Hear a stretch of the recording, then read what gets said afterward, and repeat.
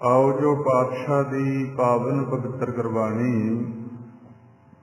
नौवें पातशाह धन श्री गुरु तेग बहादुर साहब जी महाराज उन्हां वल्लों उचारण की हुई विरागमई बाणी, जिन्होंने आपां भोग के श्लोक कहने उन्हां दी अपनी चल रही है विचार। अगे आरंभ करिए। धन श्री गुरु तेग बहादुर साहब जी महाराज अज आपां 44वें श्लोक तो विचार आरंभ करने का उद्यम उपराला कर रहे हैं। पातशाह समझा रहे हैं, कहते एक भगत भगवान जिह प्राणी कै नाहे मन, जैसे सूकर स्वान नानक मानो ताहे पन। सतगुरु पातशाह सानू समझा रहे हैं कि इंसान सारी जिंदगी संसार के धंधियां दे नाल जुड़िया रहिंदा, संसार की किरत कर्म नाल जुड़िया रहिंदा, पर असीं उस मालिक भगवान की भगती नहीं करते। ते जे असीं ये कारज नहीं करते जिहदे करन दे नाल सानू सुख की प्राप्ति भी होनी है, जिहड़ा कर्म करन दे नाल साडे जीवन दे मनोरथ की पूर्ति भी होनी है, जिहड़ा करन दे नाल साडे दुखां तो सानू छुटकारा भी मिलना। पर अज्ञानता बस इंसान इस कर्म वास्ते समा नहीं कढ रहा।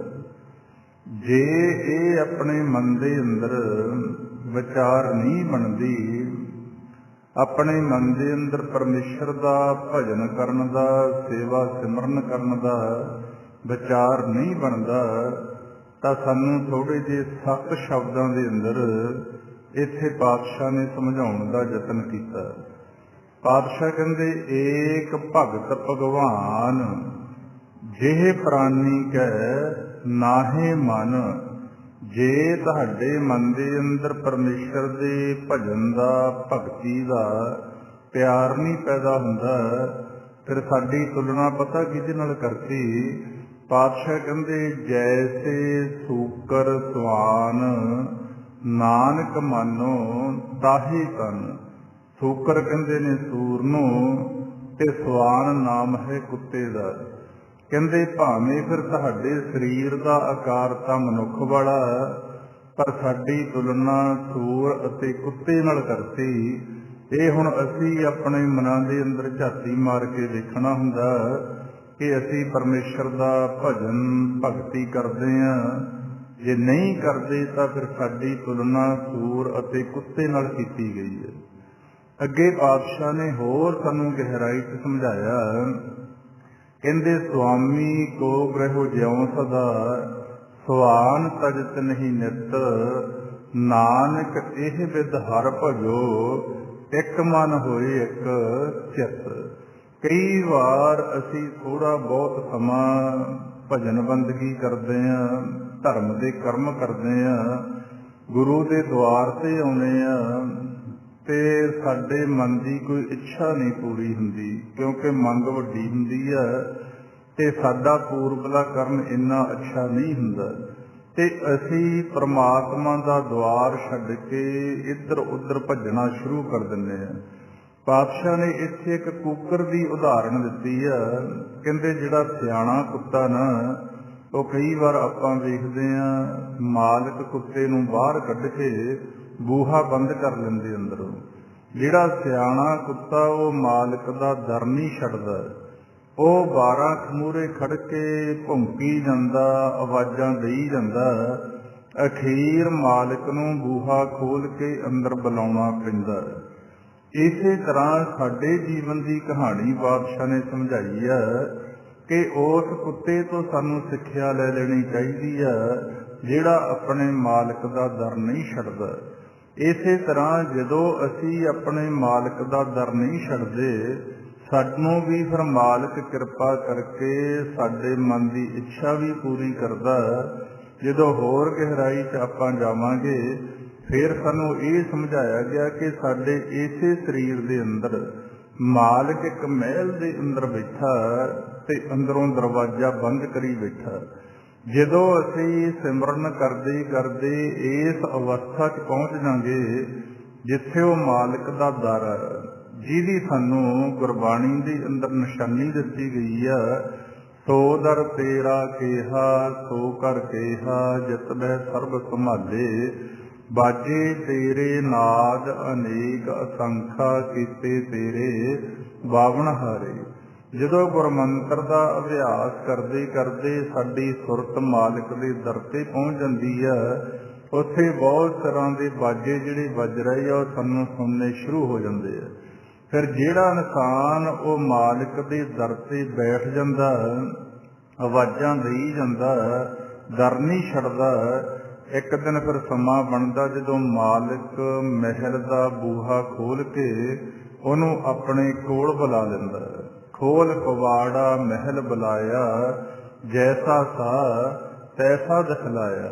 तो सतगुरु पातशाह समझा रहे हैं कि तुसी भी भाई वो सियाणे कुकर दे वांग नानक एह बिद हर भजो, एक मन होए एक चित्त, एक मन एक चित्त, दुचित्ती चों निकल के परमात्मा के भजन की शक्ति दे नाल एक मन उस परमात्मा नाल प्यार पा के जदों उन्होंने आवाज़ां मारोगे ते जिवें फिर भगत कबीर जी ने आपां नूं एक शब्द के अंदर समझाया। अज तां आपां बड़ी छेती कहना शुरू कर दिंदे आ कि सानू जी गुरु घरे जाण की लोड़ नहीं, सानू बाणी पढ़न की लोड़ नहीं, सानू सिमरन करन की लोड़ नहीं, साडा तां मन साफ। जे किसी दे थोड़े बहुते गुण हन वो इत्थे पहुँच गया कि मैनू नहीं कोई लोड़, अच्छी गल है जे किसी दे अंदर चंगे गुण हन, पर जिथे जाके साडा मन निर्मल हुंदा ओदी तां निशानी दसी फिर भगतां ने गुरबाणी दे अंदर। कबीर जी कहते कबीर मन निर्मल भया, जैसा गंगा नीर पाछे लागो हर फिरै, कहत कबीर कबीर। कहते जदों मैं परमात्मा का भजन करके अपने मन नूं निर्मल कर लिया तो परमात्मा मेरा नाम लैके आवाज़ां मार रहा सी, मेरे पिछे आ रहा सी। पाछे लागो कबीर मन निर्मल भया, जैसा गंगा नीर पाछे लागो हर फिरियो, कहत कबीर कबीर। हुण जिथे जाके साडे मन की निर्मलता वो तो ये निशानी दसी गई है। जिन्ना चिर फिर नहीं साडा मन निर्मल उन्ना चिर सानू लोड़ नानक एह बिद हर भजो, एक मन होए एक चित्त। अगे हुण बहुत वड्डा एक भरम साडा कढ रहे हैं, क्योंकि आम संसार के लोग इसे गल ते खड़ के कि असी तीर्थां ते जाया है, असी वर्त आदक रख ले या थोड़ा बहुता दान पुण्य करता, चंगे कर्म नहीं करने चाहिए। पर जे साडे कोले परमात्मा का भजन नहीं, गुरु की मत नहीं, तो इन्हां कीते हुए कर्मां का जीव हंकार कर दिंदा, मान आ जांदा मन दे अंदर, जिहदा करके साडे फिर ये सारे कीते हुए कारज निष्फल हो जाते हैं।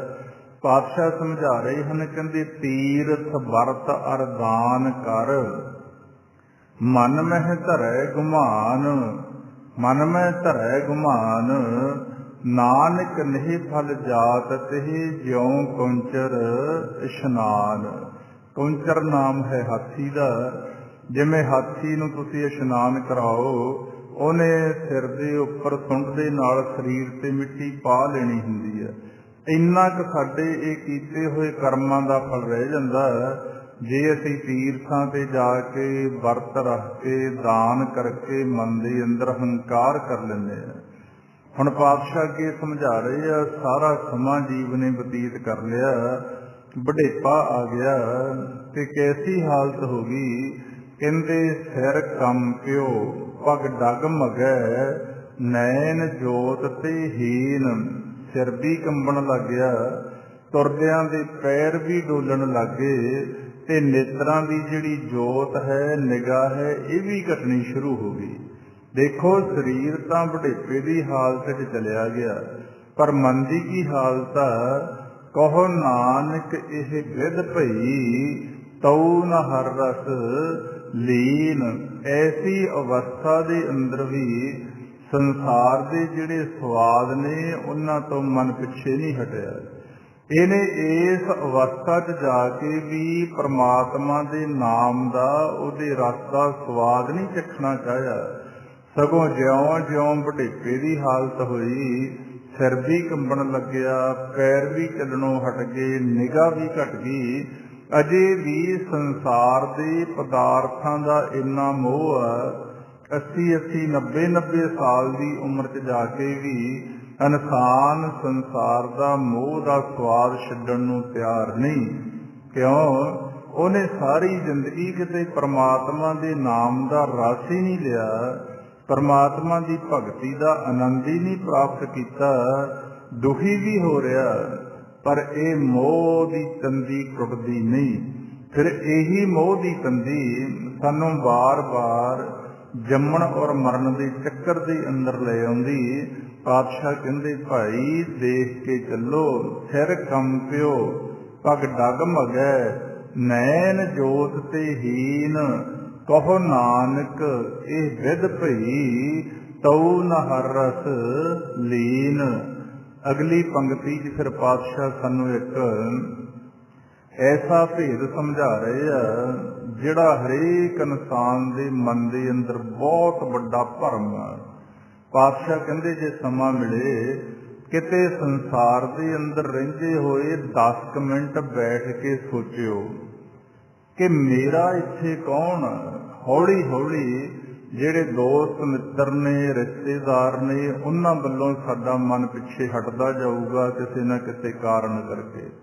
ਹੌਲੀ ਹੌਲੀ ਫਿਰ ਸਾਡੇ ਜਿਹੜੇ ਪਰਿਵਾਰ ਦੇ ਮੈਂਬਰ ਨੇ, ਧੀਆਂ ਪੁੱਤਰ ਨੇ, ਉਹ ਵੀ ਜਦੋਂ ਸਾਡਾ ਸਤਿਕਾਰ ਨਹੀਂ ਕਰਨਗੇ, ਇਹਨਾਂ ਤੋਂ ਵੀ ਸਾਡਾ ਮਨ ਪਿੱਛੇ ਹਟਦਾ ਜਾਊਗਾ। ਅਖੀਰ ਰੱਬ ਨਾ ਕਰੇ ਸਾਡੇ ਸਰੀਰ ਨੂੰ ਕੋਈ ਬਿਮਾਰੀ ਲੱਗੀ ਤੇ ਇਹ ਵੀ ਸਾਡਾ ਤੰਗੀ ਦਾ ਕਾਰਨ ਬਣ ਜਾਂਦਾ, ਤੇ ਇਹ ਸਾਨੂੰ ਸੋਝੀ ਆ ਜਾਊਗੀ ਕਿ ਇਹ ਵੀ ਦੁੱਖ ਦਾ ਕਾਰਨ ਹੀ ਆ। ਅਨੇਕਾਂ ਲੋਕ ਨੇ ਜਿਨ੍ਹਾਂ ਦੀ ਮੌਤ ਨਹੀਂ ਆ ਰਹੀ, ਬਹੁਤ ਵੱਡੇ ਦੁੱਖ ਨੇ, ਵਿਚਾਰੇ ਚੀਕਾਂ ਮਾਰ ਰਹੇ ਆ। ਜਦੋਂ ਹੋਰ ਗਹਿਰਾਈ ਦੇ ਅੰਦਰ ਜਾ ਕੇ ਦੇਖਾਂਗੇ ਫਿਰ ਸਾਨੂੰ ਪਤਾ ਲੱਗ ਜੂਗਾ ਕਿ ਜਦੋਂ ਅਸੀਂ ਆ 5 ਭੌਤਿਕ ਸਰੀਰ ਨੂੰ ਛੱਡਣਾ, ਸਾਡਾ ਸਾਥੀ ਕੌਣ ਆ, ਸਾਥ ਕੌਣ ਸਾਥੀ ਆ। ਮਹਾਰਾਜ ਕਹਿੰਦੇ ਨਾ ਕੋਈ ਧੀ, ਨਾ ਕੋਈ ਪੁੱਤਰ, ਨਾ ਪਤੀ, ਨਾ ਪਤਨੀ, ਨਾ ਦੋਸਤ, ਨਾ ਯਾਰ, ਨਾ ਮਿੱਤਰ, ਇੱਥੋਂ ਤੱਕ ਸਾਡਾ ਸਰੀਰ ਵੀ ਆਪਣਾ ਨਹੀਂ। ਤਾਂ ਪਾਤਸ਼ਾਹ ਸਮਝਾ ਰਹੇ ਆ, ਕਹਿੰਦੇ ਕਿਤੇ ਵੇਖਿਓ ਨਿਜ ਕਰ ਦੇਖਿਓ ਜਗਤ ਮੈਂ, ਕੋ ਕਾਹੂ ਕੋ ਨਾਹੇ, ਨਾਨਕ ਸਿਰ ਹਰ ਭਗਤ ਹੈ, ਤੇ ਰਾਖੋ ਮਨ ਮਾਹੀ। ਕਹਿੰਦੇ ਫਿਰ ਇੱਕ ਰਿਜ਼ਲਟ ਤੇ ਗੁਰਬਾਣੀ ਆਪਾਂ ਨੂੰ ਪਹੁੰਚਾ ਦੂਗੀ ਕਿ ਬਿਨਾਂ ਪਰਮਾਤਮਾ ਦੇ ਤੁਹਾਡਾ ਕੋਈ ਸਾਥੀ ਨਹੀਂ, ਬਿਨਾਂ ਪਰਮਾਤਮਾ ਦੇ ਭਜਨ ਤੋਂ ਤੁਹਾਡਾ ਕਿਸੇ ਨੇ ਸਾਥ ਦੇਣਾ ਨਹੀਂ। ਸਾਥ ਨਾ ਚਾਲੈ ਬਿਨ ਭਜਨ, ਵਿਖਿਆ ਸਗਲੀ ਸ਼ਾਰ, ਹਰ ਹਰ ਨਾਮ ਕਮਾਵਣਾ, ਨਾਨਕ ਇਹ ਧਨ ਸਾਰ। ਤਾਂ ਸਤਿਗੁਰੂ ਪਾਤਸ਼ਾਹ ਸਮਝਾ ਰਹੇ ਆ ਕਿ ਜਗ ਰਚਨਾ ਸਭ ਝੂਠ ਹੈ, ਜਾਨ ਲਿਹੋਰੇ ਮੀਤ, ਕਹ ਕਹਿ ਨਾਨਕ ਸਿਰ ਨਾ ਰਹੈ, ਜਿਉਂ ਬਾਲੂ ਕੀ ਭੀਤ। ਕਹਿੰਦੇ ਆ ਜਿਹੜੀ ਸੰਸਾਰ ਦੀ ਰਚਨਾ ਪ੍ਰਭੂ ਨੇ ਰਚੀ ਆ, ਜਿਹਨੂੰ ਤੁਸੀਂ ਸੱਚ ਮੰਨ ਕੇ ਬਹਿ ਗਏ, ਮਹਾਰਾਜ ਕਹਿੰਦੇ ਝੂਠ ਆ, ਬਿਨਸਨਹਾਰ ਆ, ਸਦਾ ਵਾਸਤੇ ਕੁਝ ਵੀ ਨਹੀਂ। ਜਗ ਰਚਨਾ ਸਭ ਝੂਠ ਹੈ। ਕਿਉਂਕਿ ਜੇ ਨਹੀਂ ਵੀ ਕੋਈ ਗਿਆਨ ਰੱਖਦਾ ਧਰਮ ਦਾ, ਇਹ ਤਾਂ ਸਾਰਿਆਂ ਨੂੰ ਪਤਾ ਕਿ ਸਾਡੇ ਪਰਿਵਾਰਾਂ ਚੋਂ, ਸਾਡੇ ਰਿਸ਼ਤੇਦਾਰਾਂ ਤੋਂ ਕਿੰਨੀ ਦੁਨੀਆ ਇਹ ਸੰਸਾਰ ਤੇ ਆਈ ਤੇ ਕਿੰਨੀ ਚਲੀ ਗਈ। ਇਹ ਸਾਰਾ ਇੱਕ ਤਮਾਸ਼ਾ ਚੱਲ ਰਿਹਾ, ਸੁਪਨੇ ਦਾ ਖੇਡ ਚੱਲ ਰਿਹਾ, ਜਿਹਦੇ ਨਾਲ ਅਗਿਆਨਤਾ ਬਸ ਜੀਵ ਨੇ ਇੰਨਾ ਜੀ ਲਾ ਲਿਆ, ਸੁਪਨੇ ਸੇ ਸੀ ਚਿੱਤ ਮੂਰਖ ਲਾਇਆ। ਅਗਿਆਨਤਾ ਦੇ ਹਨੇਰੇ 'ਚ ਸੁੱਤੇ ਹੋਏ ਮਨ ਨੇ ਇਹਨੂੰ ਸੱਚ ਮੰਨ ਲਿਆ।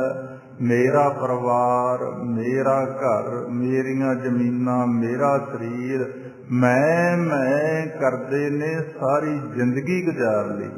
ਉਦਾਹਰਨਾਂ ਵੀ ਸਾਨੂੰ ਗੁਰਬਾਣੀ 'ਚ ਦਿੱਤੀਆਂ मेरी मेरी कैरों करते दर्जोदन से भाई, 12 योजन शतर चले था देही गिरजन खाई। सर्ब सोने की लंका होती रावण से अधिकाई, कहाँ भयो दर बांधे हाथी खिनमह भई पराई।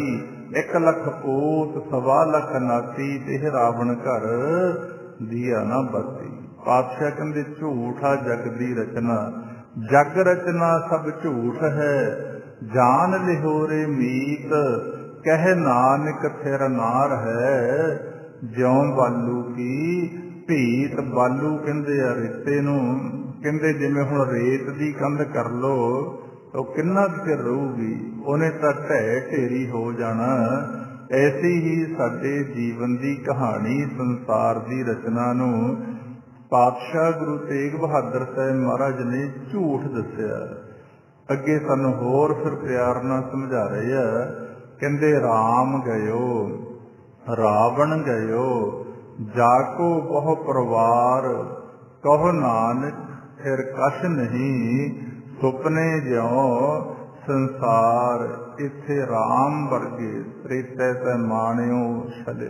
त्रेते ते उगदे अवतार इन्हां ने संसार दे अंदर आए। एक पासे राम, दूजे पासे रावण। वो आपां सारे जानते हैं कि बड़ा जिथे त्रेते युग दे अंदर ये अपना खेल चलिया। रामचंद्र अवतार आए, रावण दे नाल बहुत सारा झगड़ा चलिया।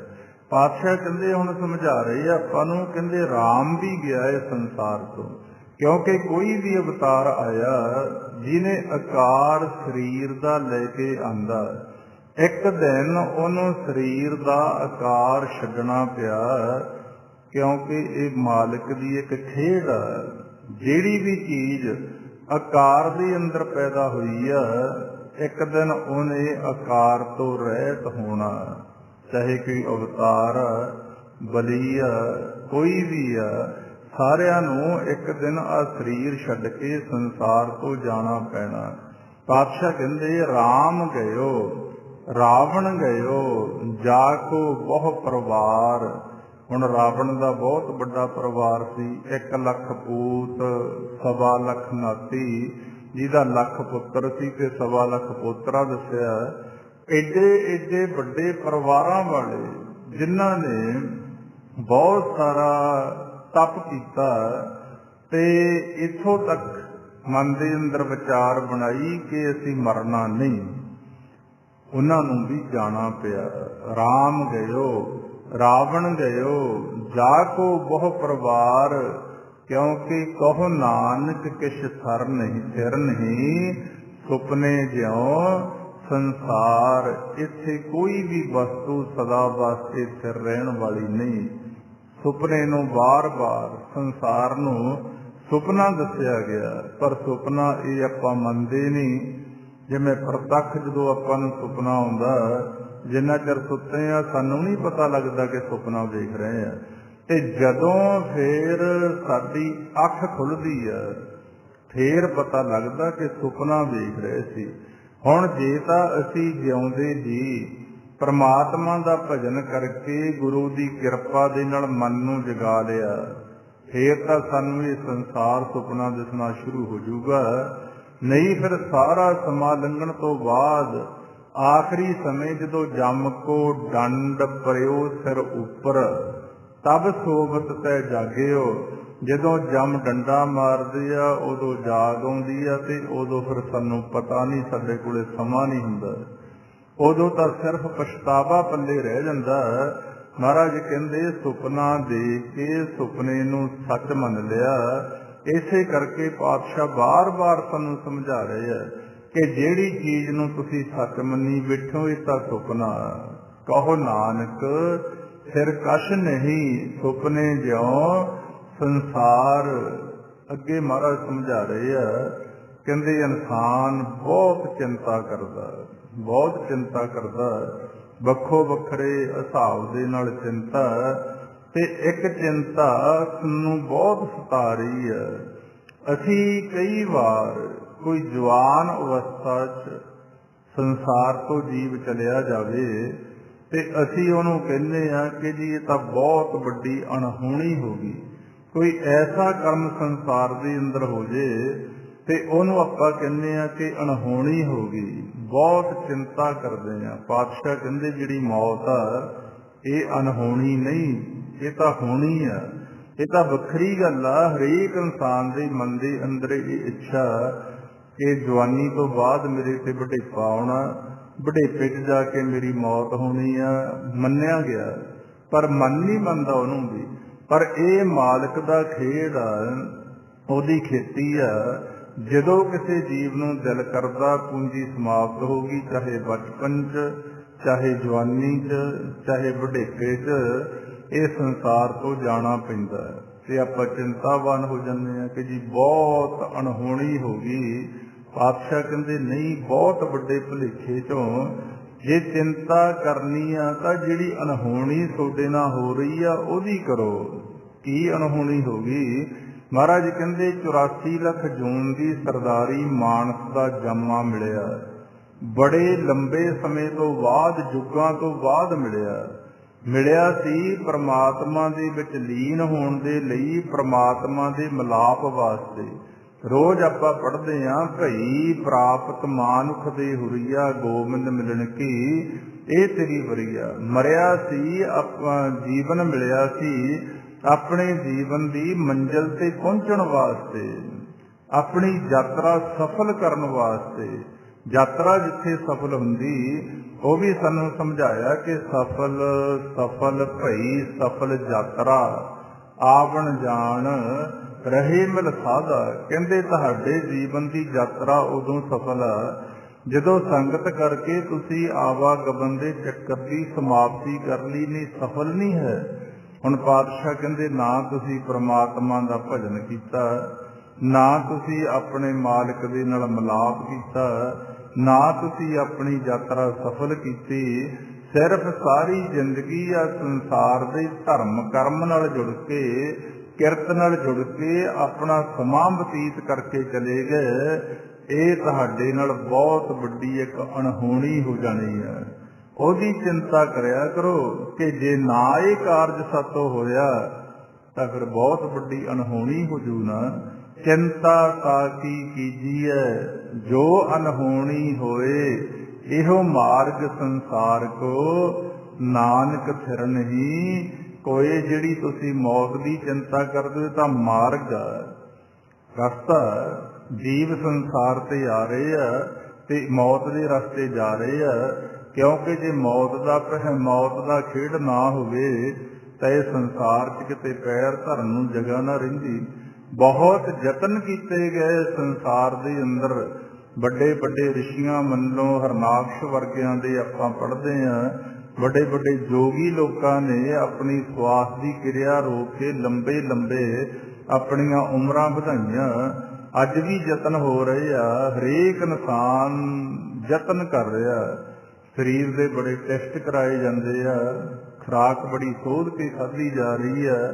ਕਾਰਨ ਮਨ ਦੇ ਅੰਦਰ ਡਰ ਕਿ ਇੰਨਾ ਵਧੀਆ ਆਪਾਂ ਜੀਵਨ ਰੱਖਣਾ, ਸਾਡੀ ਮੌਤ ਨਾ ਹੋ ਜੇ।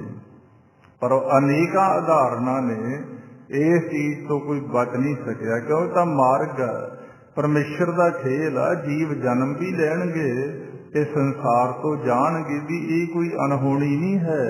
ਅਣਹੋਣੀ ਉਹ ਕਿ ਜਿਹੜੇ ਕਾਰਜ ਵਾਸਤੇ ਸਮਾਂ ਮਿਲਿਆ ਸੀ ਉਹਦੀ ਪੂਰਤੀ ਨਾ ਹੋਈ, ਤੁਹਾਡੇ ਨਾਲ ਬਹੁਤ ਵੱਡੀ ਅਣਹੋਣੀ ਹੋ ਗਈ। ਕਿਉਂਕਿ ਕੋਈ ਸਮਾਂ ਸੌਖਾ ਨਹੀਂ ਮਿਲ ਗਿਆ। ਫਿਰਤ ਬਹੁਤੇ ਯੁੱਗ ਹਾਰਿਓ। ਕੋਈ ਸਾਲ 100-200 ਸਾਲ ਦੀ ਗੱਲ ਨਹੀਂ ਕੀਤੀ। ਮਹਾਰਾਜ ਕਹਿੰਦੇ ਯੁੱਗਾਂ ਤੋਂ ਬਾਅਦ ਫਿਰਤ ਬਹੁਤੇ ਯੁੱਗ ਹਾਰਿਓ। ਮਾਨਸ ਦੇਹ ਲਹੀ, ਮਾਨਸ ਦੀ ਦੇਹ ਮਿਲੀ ਕਾਹਦੇ ਵਾਸਤੇ? ਨਾਨਕ ਕਹਿਤ ਮਿਲਨ ਕੀ ਬਰੀਆ, ਸਿਮਰਤ ਕਹਾਂ ਨਹੀਂ। ਤੈਨੂੰ ਆਪਣੇ ਪ੍ਰਮਾਤਮਾ ਦੇ ਮਿਲਾਪ ਵਾਸਤੇ ਜੀਵਨ ਮਿਲਿਆ। ਭਾਈ ਕਾਹਤੋਂ ਨਹੀਂ ਫਿਰ ਉਹਦਾ ਸਿਮਰਨ ਕਰਦਾ? ਇਹ ਹੁਣ ਆਪਾਂ ਕਿਸੇ ਵੱਲ ਵੇਖਣ ਦੀ ਲੋੜ ਨਹੀਂ ਹੁੰਦੀ ਕਿ ਉਹ ਆਪਾਂ ਆਪਣੇ ਆਪ ਦੇ ਜੀਵਨ ਦੀ ਕਹਾਣੀ ਆ। ਮਹਾਰਾਜ ਕਹਿੰਦੇ ਇੱਥੇ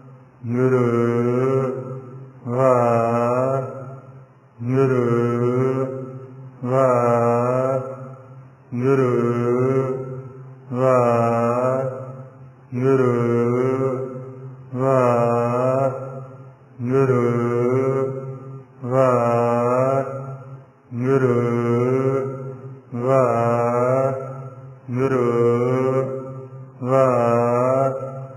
ਵਾਹਿਗੁਰੂ ਵਾਹਿਗੁਰੂ